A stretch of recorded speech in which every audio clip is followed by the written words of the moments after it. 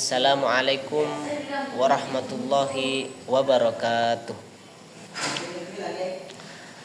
Alhamdulillah, hamdan syukrulillah, amma ba'd. Perkenalkan, nama saya Muhammad Syihabuddin.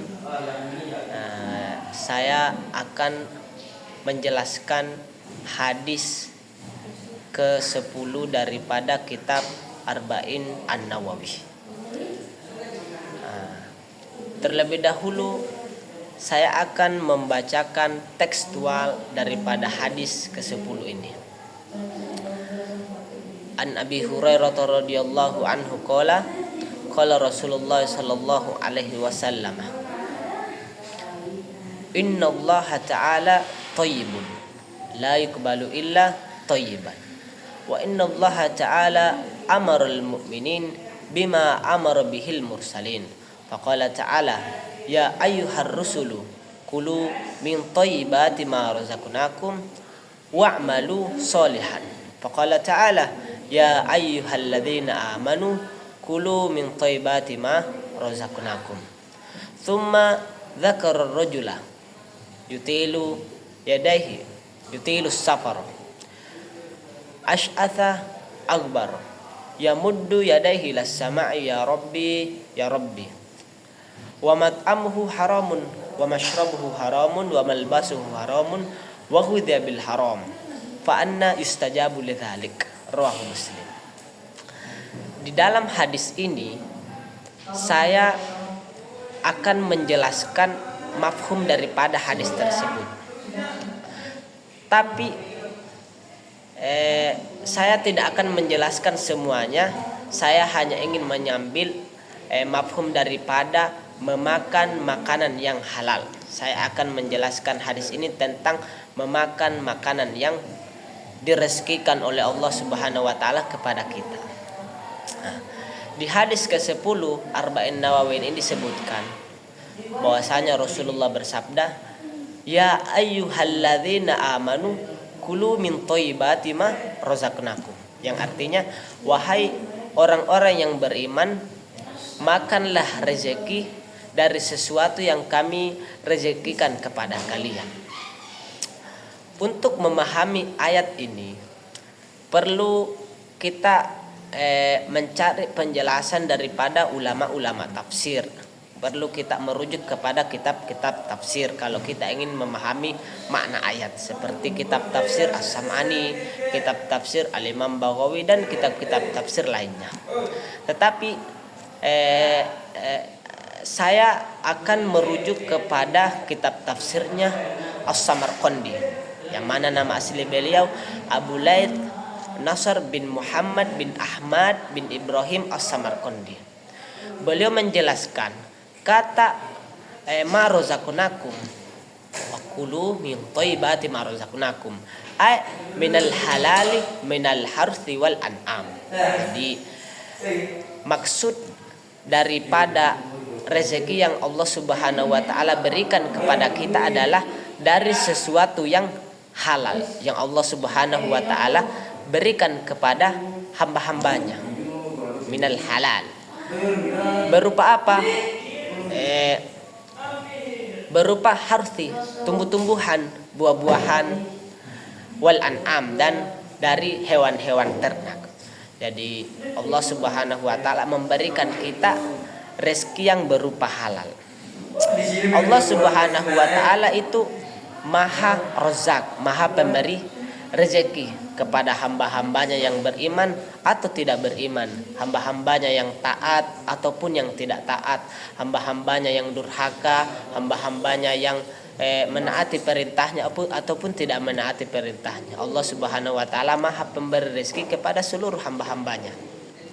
Tapi Allah Subhanahu wa taala memerintahkan kepada kita memakan rezeki yang diperoleh dari sesuatu yang halal. Kenapa?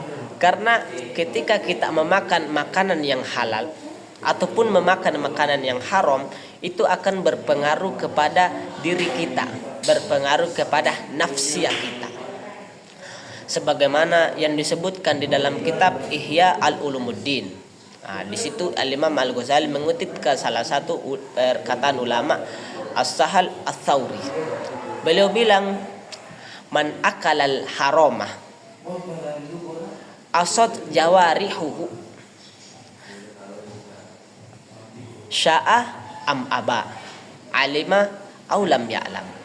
Barang siapa yang memakan makanan yang haram, maka anggota tubuhnya akan otomatis berbuat keburukan, baik dia mengetahui ataupun tidak mengetahui, baik dia mau atau tidak, otomatis anggota tubuhnya akan melakukan keburukan bila mana dia memakan makanan yang haram, makanan yang diperoleh bukan dari hartanya, makanan yang diperoleh dari bukan haknya, atau makanan dari anak-anak yatim, makanan yang diperoleh dari secara zalim, harta ataupun dan lain sebagainya. Bila mana kita memakan makanan yang bukan hak kita, itu akan berdampak pada diri kita sehingga tubuh kita ini melakukan perbuatan yang haram juga.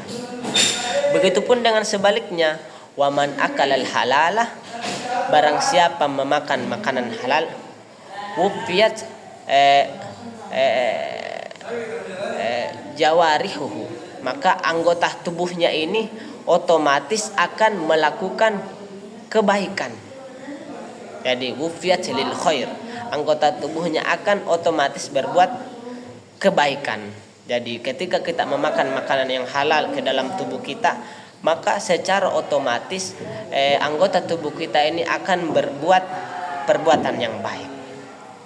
Bahkan ketika kita memakan makanan yang halal, kemudian kita memuji kepada Allah Subhanahu wa taala, kita mensyukuri makanan yang kita makan, itu menjadi salah satu penyebab kita mendapatkan ridho daripada Allah Subhanahu wa taala. Sehingga dalam satu hadis disebutkan bahwasanya Rasulullah SAW bersabda, Inna Allah Ta'ala la yardu 'anil abdi idza akala al-akla au yashraba syarbah fayahmidu Allah 'alaiha. Jadi kata lam ini adalah, kalau menurut ilmu nahwu, lam taukid, dan huruf inna juga harfut taukid, jadi sama-sama penguat. Jadi kalau kita maknai, sesungguhnya Allah Subhanahu wa taala itu sangat ridho kepada hamba bila mana dia memakan makanan atau meminum sesuatu minuman yang halal, kemudian dia memuji kepada Allah Subhanahu wa taala. Itu pada saat itu Allah Subhanahu wa taala sangat ridho kepada hamba tersebut. Nah, kemudian kita kembali merujuk kepada hadis yang ke-10 ini. Di hadis ke-10 itu Arba'in Nawawi itu dijelaskan satu kisah orang yang berada di padang pasir. Orang ini berdoa kepada Allah Subhanahu wa taala. Jadi di situ hadis ke-10 Rasulullah SAW menceritakan satu kisah, dzakar rajul yutilus safar. Orang ini berada di padang pasir. Orang ini berdoa kepada Allah, ya Rabbi, wahai Allah. Dia berdoa kepada Allah Subhanahu wa taala. Tapi orang ini wa mat'amuhu haramun, makanan yang ia peroleh itu dari sesuatu yang haram. Wa malbasuhu haramun, pakaiannya itu juga dari sesuatu yang haram. Wa mashrabuhu haramun, minuman yang ia peroleh dari sesuatu yang haram. Wa ghudhiya bil haram, dan sesuatu apa-apa yang ada di dalam dirinya itu yang ia peroleh itu dari sesuatu yang haram. Maka kata Rasulullah, fa anna yustajabu lidzalik, bagaimana doanya akan diterima.